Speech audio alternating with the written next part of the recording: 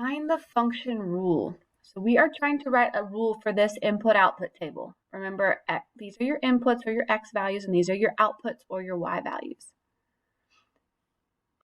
So we have a lot of ways that we can approach this problem. One of the suggestions that Miss Nash made when we look later on, we looked at graphing in slope-intercept form, and we learned that an equation in slope-intercept form, this is the slope, and this is the y-intercept, and the y-intercept is where it crosses the y-axis, and we know that it's going to cross the y-axis whenever x is 0, right? So right along there. So anytime we see x value as 0, we know that's a y-intercept. So if we look at our table here, we see this point 0, 10. That means we know the y-intercept is a 10.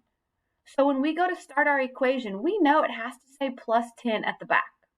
This one says minus 10, so it's a goner, and this one says minus 10, so it's a goner.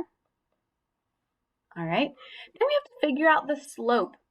Now you can figure out the slope using rise over run or the slope formula. Since we have points, I'm going to go ahead and use the slope formula. And remember, it doesn't matter which points you use. I'm going to use these last two, and then I'm going to label them. Remember, in the slope formula, it's y2 minus y1 over x2 minus x1. So I need to label which ones are my x's and y's and which ones are the first or the second. So this column is my x's. So this is going to be my first x, and this is going to be my second x. And then this column is y, so this is going to be my first y and then my second y. And then when I plug it in the slope formula, I like to go ahead and put my minus signs there so I don't forget them. And then I just plug things in where they belong. I need a y2, which is 4.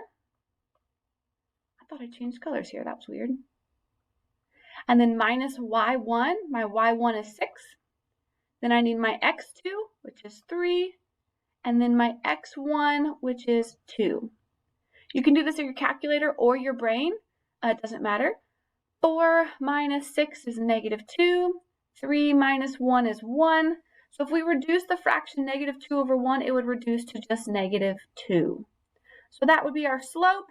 So our final rule would be y equals negative 2x plus 10. So this one is our answer.